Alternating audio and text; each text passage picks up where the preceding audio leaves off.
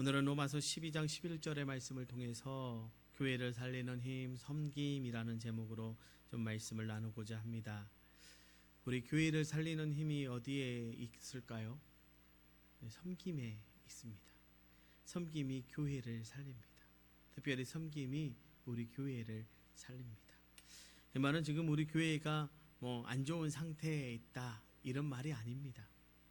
교회를 더 건강하게 하는 비결이 섬김에 있다는 말입니다. 물론 우리가 잘 알다시피 교회의 주인은 주님이시죠. 예수님이시죠.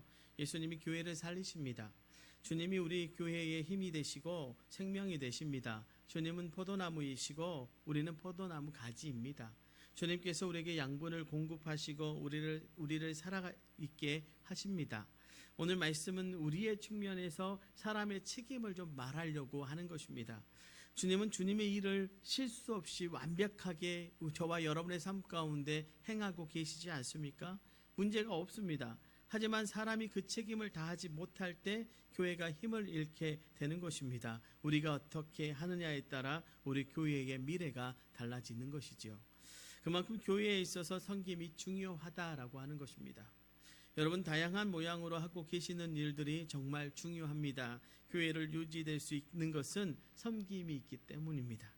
교회가 교회로서 그 역할을 감당할 수 있는 것은 섬김 때문입니다. 만약 우리 교회에 섬김이 없어진다면 어떻게 되겠습니까? 우리가 이렇게 모여서 예배할 수도 없을 것입니다. 섬김이 없다면 만찬도 의미가 없을 것입니다. 섬김이 없다면 예배당을 따뜻하게 할 수도 없고 깨끗하게 할 수도 없습니다. 섬김으로 말할 것들이 너무 많아서 제가 하나하나 그 이야기를 다 할 수 없습니다. 보이게 혹은 보이지 않게 크고 작은 많은 섬김들이 있기에 우리가 이 자리에서 편하게 예배 드릴 수 있는 것 아니겠습니까? 그리고 우리 교회가 유지되고 있는 것입니다. 여러분, 주님이 징계를 받음으로 우리가 평화를 누리는 것처럼 누군가의 섬김이 행해짐으로 우리가 평안을 누릴 수 있는 것이죠. 그런데 문제는요, 섬김이 우리에게 어때요? 불편하다는 것이죠. 섬김은 우리에게 자연스러운 일이 사실 아닙니다. 왜냐하면 우리의 본성에 맞지 않는 일이기 때문입니다.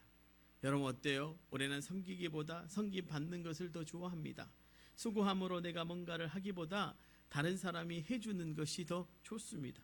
다시 말해 섬기는 일은 그냥 저절로 되는 일이 아니기 때문에 우리는 왜 이 일을 해야 하는지, 왜 섬겨야 하는지를 잘 알아야 합니다. 이유도 모르고 그냥 해야 할 것 같으니까 하고 눈치가 보이니까 하고 그러니까 마지못해서 한다면 제대로 섬기고 있는 것이 아닙니다. 우리는 세상과는 다른 원리를 가지고 섬김을 실천해야 하는 것입니다. 그렇기 때문에 내가 왜 섬겨야 하는지를 잘 이해하는 것이 필요한 것입니다. 저는 오늘 섬김에 대해서 3가지 질문을 가지고 접근하려고 합니다.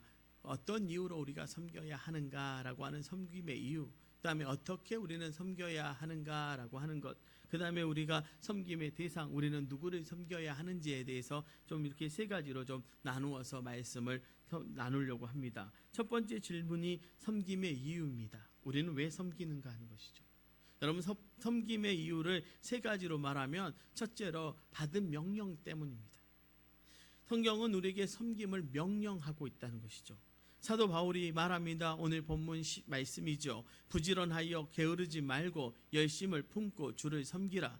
또 사도 베드로가 말합니다. 베드로전서 4장 10절의 말씀이에요. 각각 은사를 받은 대로 하나님의 여러 가지 은혜를 맡은 선한 청지기 같이 서로 봉사하라. 섬김은요, 명령입니다. 우리에게 선택 상황이 아닙니다. 하면 좋지만 안 해도 되는 그런 것이 아니라는 것입니다. 기분에 따라서 하고 말고 하는 것이 아닙니다. 주님을 믿는 자라면 당연히 섬겨야 하고 섬기는 일을 해야 하는 것입니다. 우리가 믿음의 사람이기에 주님을 위해 우리가 할 수 있는 일이 있습니다. 주님은 우리를 섬기는 자로 부르셨습니다. 그런 의미에서 우리 모두는 주님이 부르신 사역자 아닙니까?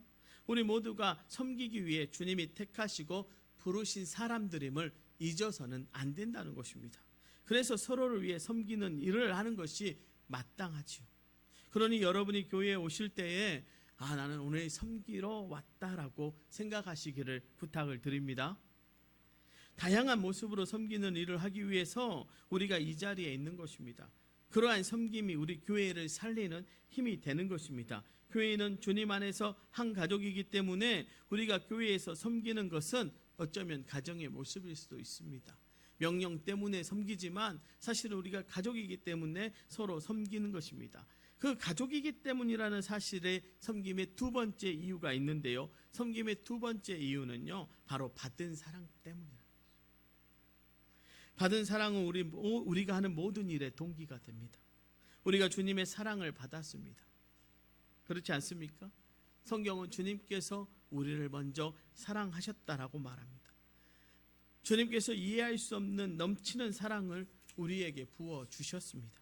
사도 바울은 고린도 교회에 쓴 편지에서 그렇게 애쓰며 주를 위해 수고하는 이유에 대해서 이렇게 말씀합니다. 고린도 후서 5장 14절 하반절입니다. 그리스도의 사랑이 우리를 강권하시는도다. 강권한다는 단어는요, 강하게 붙잡는다는 의미가 있습니다. 그리스도의 사랑이 우리를 붙잡아서 섬김이라고 하는 이 사명을 하게 만든다는 것입니다. 그 사랑이 우리의 마음에 들어오면 섬김이 나오는 것이 당연하다는 것입니다. 마치요, 자판기에 동전이 들어가면 음료수가 나오지 않습니까? 그런 것처럼 우리 마음에 주님의 사랑이 들어오면 섬김이 나오게 되는 것입니다. 주님의 사랑에 힘이 있습니다. 능력이 있습니다. 주님의 사랑이 우리를 움직이고 우리의 삶을 변화시킵니다. 섬김을 받으려 하는 우리의 본성을 거스르고 섬기는 자리에 가도록 만드십니다. 우리가 섬기는 것은 받은 사랑에 대한 반응입니다. 너무 큰 사랑을 받았기 때문에 가만히 있을 수 없는 것입니다. 그 사랑이 너무나 감사하기에 부족한 내가 뭐라도 하고 싶은 것입니다. 바로 우리가 그러합니다. 우리가 사랑을 받았습니다. 우리가 받은 사랑이 우리의 섬김의 이유가 되는 것입니다. 섬김의 우의 세 번째는 받을 보상 때문입니다. 주님께서 마가복음 9장 41절에 이렇게 말씀하셨더라고요. 누구든지 너희가 그리스도에게 속한 자라 하여 물 한 그릇이라도 주면 내가 진실로 너희에게 이르노니 그가 결코 상을 잃지 않으리라. 우리는 내가 했던 섬김에 대해서 잊어버릴 수 있습니다. 그럼에도 불구하고 은혜로운 사실은요, 주님께서는 다 기억하신다는 것입니다. 정말 작은 섬김이라 할지라도요, 주님은 빼놓지 않으시고 다 보상하신다는 것입니다. 우리의 모든 수고에 대해서, 그 모든 섬김에 대해서 갚아주십니다. 섬김에 대해서 지금 눈에 보이는 결과가 아무것도 없다 하더라도 실망할 필요가 없습니다. 하늘나라 통장에 차곡차곡 쌓이고 있습니다. 주님께서 물 한 그릇 주는 섬김에 대해서도 보상하시는데 여러분이 하는 여러 섬김에 대해서 어떻게 보상하실까요? 우리가 다양한 모습으로 섬기다 보면요, 이런 저런 말을 들을 수도 있고 좋은 마음으로 하다가도 마음이 어지러울 수 있습니다. 여러분, 우리 교회에 완벽한 사람들만 모여 있다면 아무런 문제가 없겠지만 사실 이 세상에 완벽한 사람들만 모인 교회가 있습니까? 단 한 교회도 없습니다. 이 땅에 문제없는 교회는 없습니다. 주님을 닮아가는 중에는 부족한 사람들이 모여서 이런저런 일들을 함께 하다 보니 마음 상할 때도 있습니다. 하지만 잊지 마시기 바랍니다. 주님이 아시고 계십니다. 여러분의 수고와 마음을 주님이 다 아십니다. 그리고 보상하십니다. 그러니 섬김의 수고를 계속해가는 우리 도초동북교회 모든 성도들 되시기를 주님의 이름으로 부탁을 드립니다. 두 번째 질문은 섬김의 방법에 대한 질문입니다. 어떻게 섬길 것인가? 이 질문에 대해서 세 가지로 대답하고자 합니다. 더 충성, 더 겸손, 더 사랑입니다. 우리는 더 충성해야 하고 더 겸손해야 하며 더 사랑해야 합니다. 주님은 우리의 섬김에 대해서 무엇으로 평가하시겠습니까? 섬김을 통해서 얼마나 큰 일을 이루었는지, 얼마나 성과가 좋았는지, 얼마나 많은 사람들이 감탄하게 되었는지, 주님은 이런 것들로 우리의 섬김을 평가하지 않으십니다. 주님께서 달란트 비유에서 이렇게 말씀하셨죠. 마태복음 25장 21절의 말씀이에요. 그 주인이 이르되 잘하였도다 착하고 충성된 종아, 내가 적은 일에 충성하였음에 내가 많은 것을 내게 맡기리니 내 주인의 즐거움에 참여할지어다. 여러분, 얼마나 많은 달란트를 남겼는지 주님은 그 성과, 그 평가를 평가한 것이 아닙니다. 얼마나 충성스럽게 그 일을 감당했는지를 두고 평가한 것입니다. 주님의 평가 기준은 충성입니다. 여러분, 우리의 평가 기준은요, 눈에 보이는 결과이지만 주님은 그것을 보시는 것이 아니라 그 일에 얼마나 충성함으로 참여했는가, 그 일을 얼마나 충성함으로 감당하고 있는가를 보고 계십니다. 바울은 이렇게 말합니다. 고린도전서 4장 2절에요. 맡은 자들에게 구할 것은 충성이니라. 여러분, 우리의 섬김에서 무엇이 나타나야 합니까? 충성이 나타나야 할 줄 믿습니다. 우리는 충성으로 무장한 상태에서 섬기는 일을 해야 합니다. 성경에 충성이라는 말은요, 신실함이라는 의미가 같이 들어져 있습니다. 주님은 우리에게 그 맡기신 일에 대해서 신실함을 요구하고 있는 것입니다. 아무리 뛰어난 사람이라도, 아무리 재능이 많은 사람이라도요, 성실하지 않으면, 충성하지 않으면 함께 하는데 어려움이 있습니다. 그래서 우리는 우리의 삶의 우선순위에서 섬김을 조금 더 높은 자리로 올릴 필요가 있습니다. 왜 섬김에 대해서 충성스럽지 못할까? 섬기는 일이 나에게 있어서 중요하지 않기 때문에, 더 중요한 것이 있기 때문에 섬김이 뒤로 밀려나게 되는 것입니다. 더 우선되는 일이 있고 더 중요한 일이 있다고 생각합니다. 그러니까 섬김에 대해서는 한 걸음 물러날 수 있는 것입니다. 여러분 스스로 한번 점검해 보시기 바랍니다. 나는 주님을 믿는 자로서 어떤 태도로 섬기고 있는지 말입니다. 여러분은 충성스러운 일꾼입니까? 주님의 칭찬을 기대할 수 있는 사람들입니까?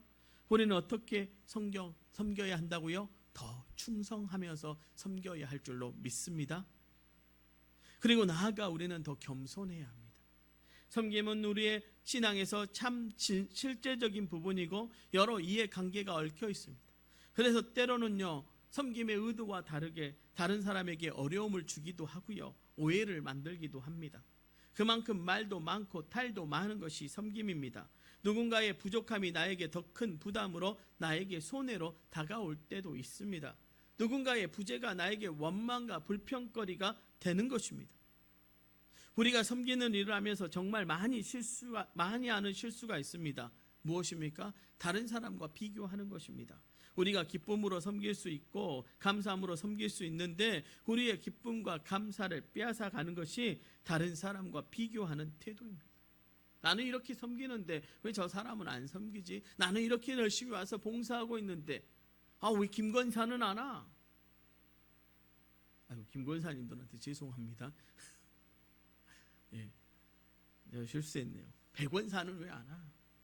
내가 이렇게 수고하고. 그럴 때 우리에게 무엇보다 필요한 것이 겸손입니다. 우리는 더 겸손해야 합니다.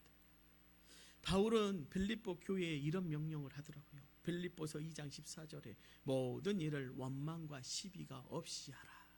그런데 이 명령을 하기에 앞서 먼저 언급한 것이 있습니다. 바로 빌립보서 2장 5절로 8절의 말씀인데요. 너희 안에 이 마음을 품으라. 곧 그리스도 예수의 마음이니 그는 근본 하나님의 본체시나 하나님과 동등됨을 취할 것으로 여기지 아니하시고 오히려 자기를 비워 종의 형체를 가지사 사람들과 같이 되셨고 사람의 모양으로 나타나사 자기를 낮추시고 죽기까지 복종하셨으니 곧 십자가에 죽으심이라. 주님의 겸손, 철저히 낮아주신 주님, 그 주님의 마음을 품으라고 말하고 있습니다. 그러면 섬김에 있어서 원망과 시비가 사라질 거라고 말합니다. 겸손한 마음이 그러한 죄에서 우리를 지키고 섬김을 더 멋지게 만든다라고 말하는 것입니다. 여러분, 섬김이라는 정말 귀하고 가치 있는 일을 하면서 우리가 겸손을 잃어버린다면 우리는 쉽게 다른 사람과 비교하면서 불평하게 될 것입니다. 좋은 일을 하면서 말로 다 깎아 먹을 수 있는 것입니다. 우리의 섬김이 낭비되지 않도록 좋은 일을 좋은 마음으로 하고 좋은 결과를 거두어야 할 줄로 믿습니다. 그러기 위해서 우리는 겸손으로 무장해야 합니다. 어떻게? 라는 질문의 마지막 대답은요, 더 사랑입니다. 섬기는 일에 대해서 사랑이 빠지면 아무것도 아니죠. 우리가 어떤 일을 하든지 무슨 일을 하든지 적용되는 원리가 있습니다. 사랑이 없으면 아무것도 아닙니다. 사랑이 없으면 아무 유익이 없습니다. 사도 바울은 갈라디아 교회에게 사랑으로 서로 종이 되라고 사랑으로 섬기라고 명령했습니다. 뿐만 아니라 고린도 교회에게는 너희 모든 일을 사랑으로 행하라고 명령했습니다. 사랑은요, 우리의 특징입니다. 우리의 삶의 특징이며 우리의 섬김의 특징입니다. 우리가 하는 모든 일에 사랑이 담겨 있어야 할 줄로 믿습니다. 사랑은 우리의 섬김을 더 따뜻하게 만듭니다. 물론 사랑이 없이도 섬길 수 있죠. 사랑 없이도 봉사할 수 있습니다. 하지만 사랑 없는 섬김은요, 삐걱거리고 여러 가지 문제를 만들어냅니다. 저희 교회 김치 너무 맛있습니다. 근데 제가 예전에 사역했던 교회 김치가 너무 맛이 없어요. 왜 맛이 없을까? 보니까요, 권사님들이 모여서 맨날 여전도 회원들이 김장하면서 맨날 싸워. 소금은 어떻게 쳐야 되고 이렇게 해야 되고. 내가 그 김장하는 현장에 제가 있으면서 느끼는 게 뭐냐면 사랑이 없어요. 그러니까 김치가 맛이 없어요. 제가 우리 교회에 와서 김장김치 먹으면서 너무 행복해요. 너무 맛있거든요. 우리 권사님들, 우리 여전도 회원들 모여서 김장할 때 보면 아니 왜 이렇게 웃음소리가 안 끊이는지 가서 신기해요. 아니 뭐 하하하하호호호히 뭐가 그렇게 재밌는지 난 잘 모르겠어요. 그런데 목양실에 가서 앉아 있거든요. 김장하는 내내 앉아 있습니다. 제가 거기 가서 뭐 김치를 제가 담그겠습니까? 뭐 양념을 하겠습니까? 그냥 가서 앉아만 있는데 뭐 하하호호 히히히히 막 그래요. 그러고 나서 김치가 딱 와서 먹으면요, 그렇게 막 입에서 살살 녹을 수가 없어요. 그게 사랑이 담겨져 있기 때문에 그렇습니다. 여러분, 우리가 하는 모든 봉사의 섬김의 힘은요, 제대로 그것을 전달하려면 사랑이 필요합니다. 우리 교회 여러 분야에서 다양한 섬김이 필요합니다. 우리에게 정말 섬김이 필요합니다. 그런데 교회를 살리는 것은 사랑의 섬김일 줄 믿습니다. 그냥 섬김으로는 부족합니다. 사랑이라고 하는 양념이 우리의 섬김에 들어가서 우리를 살려내는 것입니다. 사랑으로 행하는 섬김, 사랑이 담기는 섬김이 우리 교회를 살기는 진짜 힘일 줄로 믿습니다. 우리 성도들 그동안 섬기는 일들을 많이 하셨고 잘해 오셨다는 것 저는 압니다. 섬김에 대해서 좋은 습관으로 몸에 익히고 계시는 분들도 많이 계십니다.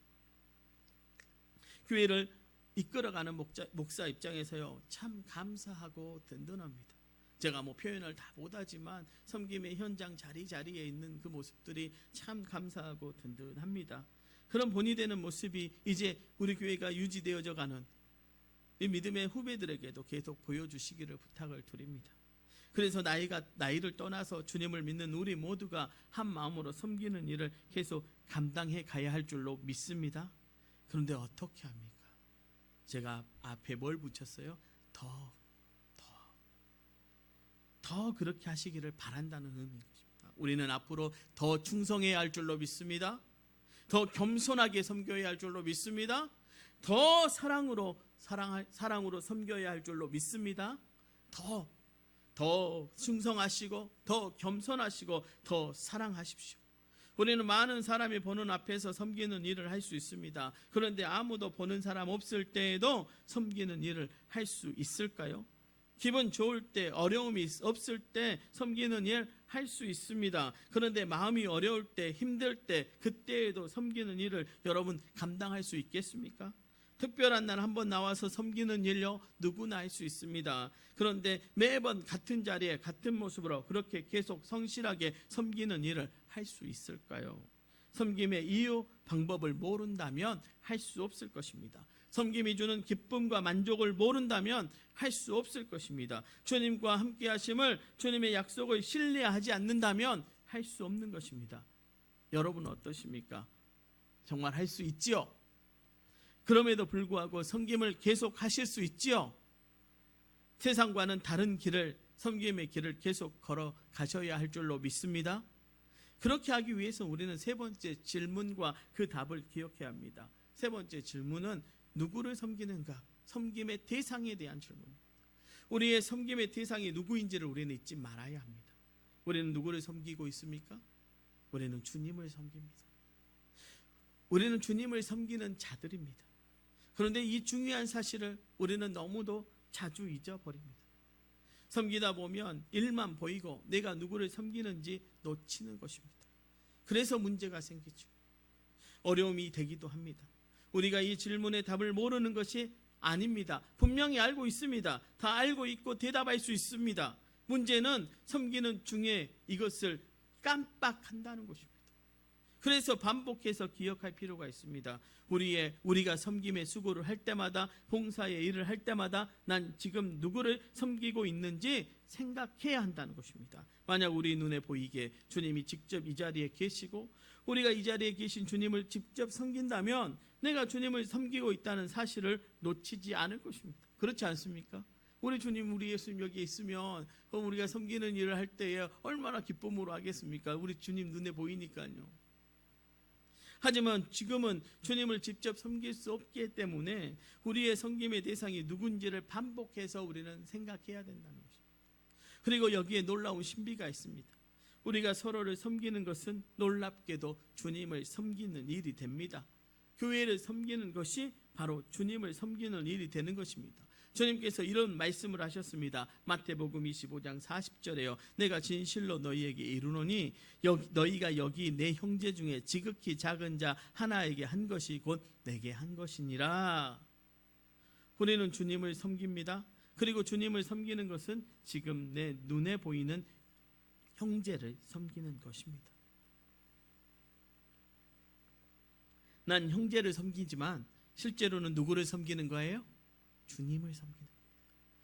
주님이 그 섬김을 자신에게 한 것으로 보시기 때문입니다. 그러니 섬김할 때마다 나는 지금 누구를 섬기는지를 기억하시기를 바랍니다. 그리고 마음속으로 이렇게 말씀하십시오. 난 지금 주님을 섬기고 있는 중이야. 그냥 하는 말이 아니라 여러분은 정말로 주님을 섬기고 있습니다. 어느 목사님 이런 간증을 하시더라고요. 어느 분이 선물을 막 가지고 오시더라고요. 그러면 선물을 주면서 하시는 말씀이, 목사님, 제가 눈에 보이지 않는 주님을 섬기고 싶은데 주님 우리 눈에 보이지 않으니까 내가 주님 섬기는 마음으로 목사님께 드립니다. 그 말 한마디에 목사님이 감동했다는 거예요. 여러분, 목사를 섬기는 것도 주님을 섬기는 것입니다. 저만 그러라는 게 아니라요. 지금 내 옆에 있는 내 자매, 내 형제, 내 옆에 있는 성도를 섬기는 것이 누구를 섬기는 거예요? 주님을 섬기는 거예요. 우리가 그것을 잊어버려서는 안 된다는 것입니다. 우리 모두가 이런 태도로 서로를 섬기는 자가 되면 어떻겠습니까? 주님을 사랑하는 마음으로 주님께 하듯이 서로를 섬기는 것입니다. 부족함이 있더라도 용납하고 주님을 섬기는 마음으로 서로의 부족함을 채워주고 서로를 섬기는 것입니다. 그렇게 우리가 주님의 본을 쫓아서 서로를 섬기는 것입니다. 왜 그렇게 해야 합니까? 주님이 먼저 우리를 섬겨주셨기 때문 아닙니까? 섬김을 받으셔야 하는 분께서 자신의 생명을 내어주시기까지 우리를 섬기셨습니다. 그래서 우리가 주님을 섬기는 자가 되었습니다. 그래서 우리가 주님처럼 섬기는 자가 되어서 서로를 섬기는 것입니다. 우리 주님 제자들의 발을 씻던 날 우리 주님 제자들에게 말씀하셨죠. 내가 한 것처럼 너희도 해야 할 것이다. 그러기에 우리가 주님을 닮아서 서로를 섬기는 자로 살아가야 할 줄로 믿습니다. 그러면 우리의 삶은 어떤 것보다도 강력한 세상을 향한 우리의 믿음의 증거가 될 것입니다. 우리 교회가 정말로 살아있다는 것을 보여주는 증거가 될 것입니다. 사랑하는 성도 여러분, 어떤 교회가 좋은 교회일까요? 아니요, 요즘 질문을 좀 이렇게 바꾸려고 합니다. 어떤 교회가 건강한 교회일까요? 전 요즘 어떤 교회가 좋은 교회에 관심이 있는 게 아니라 어떤 교회가 건강한 교회일까에 관심이 있습니다. 여러분, 우리가 생각할 때는 큰 교회, 성도들이 많이 있는 교회가 건강할 교회라고 생각할 수 있습니다. 그런데 아니요, 성경을 잘 보십시오. 하나님의 살아있는 말씀이 힘있게 선포되는 교회, 전도의 열정을 가지고 복음을 위해서 헌신하는 교회, 아름다운 찬양과 풍성한 예배로 마음을 감동케 하는 교회, 정말로 뜨거운 사랑으로 서로를 돌아보고 함께하는 교회, 이 모든 교회가 다 있는 교회가 살아있는 건강한 교회 아니겠습니까? 여러분, 우리 모든 성도들이 함께 섬기는 그런 교회가 건강한 교회 아니겠습니까? 말씀을 맡은 자는 말씀은 전하는 일에 충성하고 복음을 전하는 자는 복음을 위해 수고합니다. 그리고 모든 성도가 한 마음으로 서로를 돌아보고 각자의 역할을 충성스럽게 감당하는 교회라면 그렇게 주님을 뜨겁게 사랑하는 교회가 건강한 교회가 아니겠습니까? 바로 그 교회의 가장 핵심이 섬김이라는 것이죠. 우리는 섬김으로 교회를 건강하게 만들어야 할 줄로 믿습니다. 이제 우리 교회가 살아나는 데에 여러분의 섬김이 있음을 잊지 마시고 더 충성스럽게, 더 겸손하게, 더 사랑하는 마음으로 우리 주님을 섬기듯 서로를 섬기는, 그래서 교회가 살아나는, 그래서 교회가 건강한 교회로, 사랑의 섬김이 넘치는 건강한 교회로 세워나가는데 여러분이 그 일에 동참하는 귀한 섬김의 사역자들 되시기를 주님의 이름으로 축원합니다. 기도하겠습니다.